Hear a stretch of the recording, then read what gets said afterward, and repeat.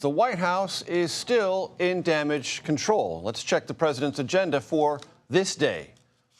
All hands on deck staff meeting, face-to-face with Democratic governors at the White House, and a vow to stay in the race for the presidency. All of this comes as concern mount within the Democratic Party about whether the president can defeat former President Trump in November. Those concerns rising as a new post-debate CBS News poll shows a shift in key battleground states away from the president. That's where we start our coverage with Weijia Jiang at the White House and Nikole Killion on Capitol Hill. Weijia, this was not a typical day before 4th of July slumber day at the White House. And Major, it is not going to be a typical holiday in any sense for President Biden because, as you mentioned, he is now scrambling for support of his own party. Even though he is the presumptive Democratic nominee, we are seeing more calls for him to resign from members of his own party on Capitol Hill. We know that donors have concerns. We know that supporters have concerns, leading to an article from the New York Times that said that President Biden was weighing whether to stay in the race or not. And Major, that prompted a very forceful response today from the White House pushing back and from President Biden himself, who had a phone call with campaign staffers in which he said, I want to quote this because it is very clear. He says, I am the nominee of the Democratic Party. No one is pushing me out. I'm not leaving. But he has a very busy few days ahead trying to convince people who have now questioned their support of him that they should continue to back him as the nominee. So no, Major, he is very busy in the coming days. And, you know, you almost look at every single one of the events he has on his schedule as a test to the American public to see if he can prove that the debate performance was just a one-off. He has campaign trips coming up. He has a major sit-down interview on television coming up. He has a press conference next week coming up. And so you can imagine the pressure that is on him right now. And Weijia, fair to say this dominated today's White House briefing? It did, Major. And of course, we asked whether there was the possibility that he is going to step down. And the press secretary told me that he's not even thinking about it. Take a listen. Is there anything, Karine, that would change his mind?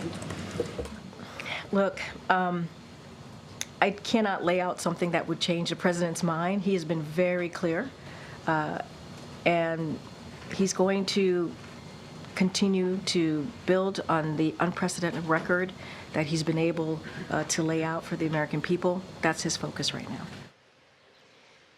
Major, I also asked that given the groundswell of concerns from Democrats, from donors, from supporters, whether or not it was responsible of the president, whether he owed it to the American public to reflect about whether he should step down or stay in the race. And that is not even something she would entertain, saying that he is here to stay and he is focused on turning the page. Weijia, thank you very much. Please stay with us. I want to bring in Nikole Killion now. Of course, this is a drama playing out at the White House, but Capitol Hill is not indifferent to this conversation. Many House Democrats have begun to weigh in. Nikole, what's the latest today?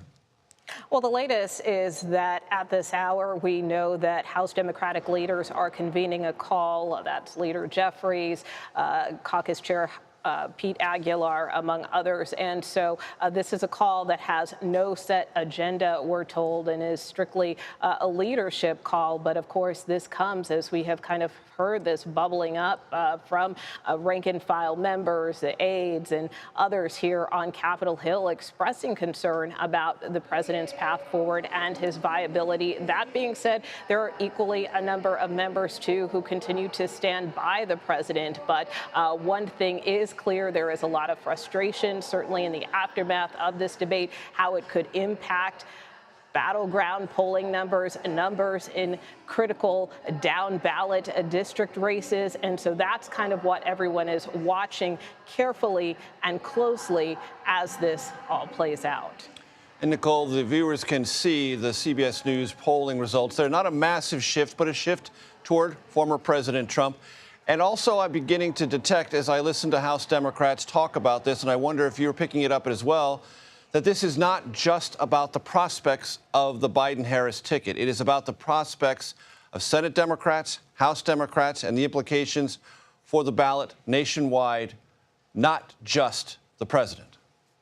Well, absolutely. It's across the board. I mean, at the end of the day, most of these members, certainly all of them in the House, are having to run for re-election. And then, of course, a number of critical Senate races as well that could potentially affect the balance of power here in Congress. I do think it's worth noting, though, that we continue to see some members now, a second Democrat coming forward, Raul Grijalva of Arizona, who just a short time ago told the New York Times that he does believe that the president should leave the race, saying that if he is the candidate, I'm going to support him. But I think this is an opportunity to look elsewhere. So, of course, Grijalva coming out not long after Texas Democrat Lloyd Doggett.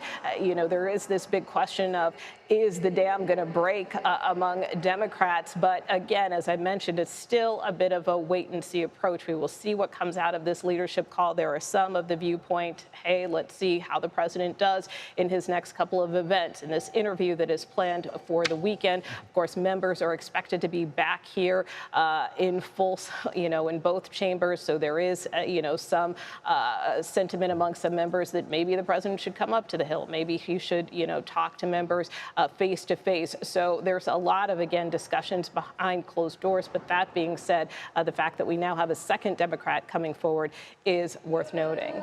Nikole, Killion, thank you very much. Weijia, I want to go back to you at the White House. Of course, this is not just about a campaign. It's also about continuing to keep the White House focused. And the chief of staff had an all-staff call about that. What does that tell us? Well, it tells us that there are people here working in this White House that are impacted by this, of course, as you can imagine. And so that is why he told them to try to tune out the noise. He said, put your head down and do the work, but lift your head up and be proud of everything that this administration has accomplished, because there is a morale issue here as well, Major, as you can imagine. If your leader is undergoing the kind of scrutiny and calls for him to step aside, that's going to impact the entire staff. And so, he also said, reach out to me if you have any questions. I'm here to talk. It almost seemed like a therapy session for the people here. And I should say that just about in an hour and a half also, Major, the president is going to be hosting a group of Democratic governors, again, as we talk about trying to shore up that support from anywhere he can at this point. Weijia Jiang at the White House, Nikole Killion on Capitol Hill. Thank you very, very much.